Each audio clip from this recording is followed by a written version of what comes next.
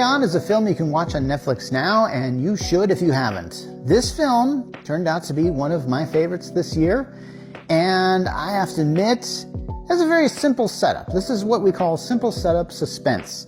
These are thrillers that often take place in a very small, kind of contained set, but they can really work. And I wanted to see this film the moment I saw the trailer. And if you haven't seen the trailer, it features the main character, played by Taron Egerton. I don't know if I'm pronouncing his first or last name correctly.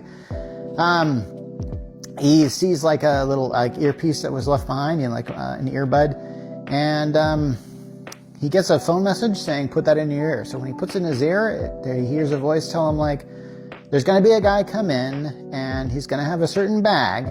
Let the bag through, or we're going to kill your wife. I can't remember if it's his wife or girlfriend, but yeah, that's the setup. This is a very great setup that I've seen in a lot of films. Say, for example, Wes Craven did a film called Red Eye about a few decades ago about a woman on a plane who has to sit next to a guy who, played by Cillian Murphy, that's who it was, who tells her that, yeah, we need you to alter a reservation of this one guy at the hotel you work at. I like films that have this kind of aspect to it. Also, another example is Collateral, a film with Tom Cruise, where he plays a hitman, which honestly I don't really hear a lot of people talk about, where he tells Jamie Foxx, a taxi driver, that he wants Jamie Foxx's character to take him to these places where he's essentially going to kill people at. So all of it is, the setup of Carry On is absolutely great. This idea of, okay, I have to let this guy through or people are going to get hurt. So this guy pretty much does. Now, the best part about these films is you start to wonder, what would I do in this situation? And you start to wonder about all the tricks you would perform to try and tip people off that this is the situation that you're in, so you can get help. And so one of the things the guy tries to do is he tries to, the first thing he does, he gets on his phone, tries to text message for help. He tries to go through the procedures that you do at a TSA where you actually try and get help.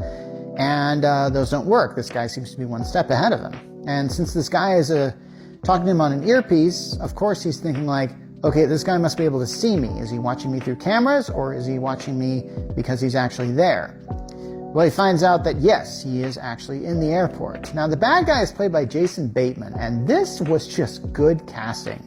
If you watch Jason Bateman in anything, he usually has this very sardonic delivery in his voice. He's sort of the straight man on the show Arrested Development, which is kind of interesting. If you watch Arrested Development, it has all kinds of people who are just all kinds of frantic. And he's always the guy that is trying to do the best that he can with the business that he has, but he's often very frustrated. And if you've seen him in the movie Zootopia, where he's kind of plays this con man, you can tell like he has this perfect sarcastic kind of delivery with every line in that movie. And so he was perfect for this role, because when you're doing this type of movie, like say Red Eye or Collateral, there's always this character that's essentially a professional in the business, and he's just a guy who is just there to get money from somebody else to do things that somebody else doesn't want to get their hands dirty on. And he's a guy who's completely disconnected his moral compass and basically just goes and is just doing this, and he has just absolutely no feelings whatsoever for what he's trying to do. There's a great scene where I think he's saying, okay, there's two types of people in the world. There are those who do what I do, and there's those who listen. I can't remember the line exactly, but he basically just says, I need you to listen. And in other words, he's trying to really assert his dominance in the absolute most sly way he can. And anyway, so of course these characters sort of play cat and mouse with each other, and essentially the main character has to figure out like certain things as far as like, okay, I can try and beat him here. How can I do this? Can I get a dead spot so I can make the phone call or whatever that I need to get the proper help? And I don't know if I want to reveal too many spoilers on this film, because this is one of those films where a lot of stuff is happening and there are a lot of great twists in it. There's stuff I didn't really see coming, and there's stuff that when it happens, it definitely happens with a lot more impact. I will have to say that this film is pretty well written and orchestrated, but it does feel like it kind of has your movie of the week type of thing. Like, this is what you would probably, if you turned on the TV and watched some dramatic show in the 80s, you would probably get a setup like this. Personally, I've always loved kind of this type of setup because there's a lot that can happen in this given scenario, and I like to see characters in films try to do the smart and right thing at the same time. And that's always kind of a bit of a conflict, especially for this main character who's just trying to keep his, his wife, girlfriend alive because, yeah, apparently she's going to have a baby, by the way. So, yeah, that makes it really interesting. And there's a lot of really interesting stuff happening in here. Man, okay, I'm going to get into a little bit of a spoiler territory because there is a scene in this film that absolutely took my breath away. That when it happened, I was so surprised that this happened in this movie, I couldn't believe it. Let's put it this way. It would be like if you were watching, say, a soap opera, and then suddenly there's a huge action scene that's done as brilliantly as, say, John Wick or The Matrix or something like that. Wow, Keanu Reeves is in a lot of those. Something like that happens. It's a scene where a character's in a car and they're on a phone and they're a passenger, and they discover that the person who's driving is a bad guy. And you're kind of wondering, like, well, what's he going to do? Or what is this character going to do? It's going to take a gun and, of course, go like, okay, pull over. Who are you working for? That kind of thing. What happens next is absolute chaos.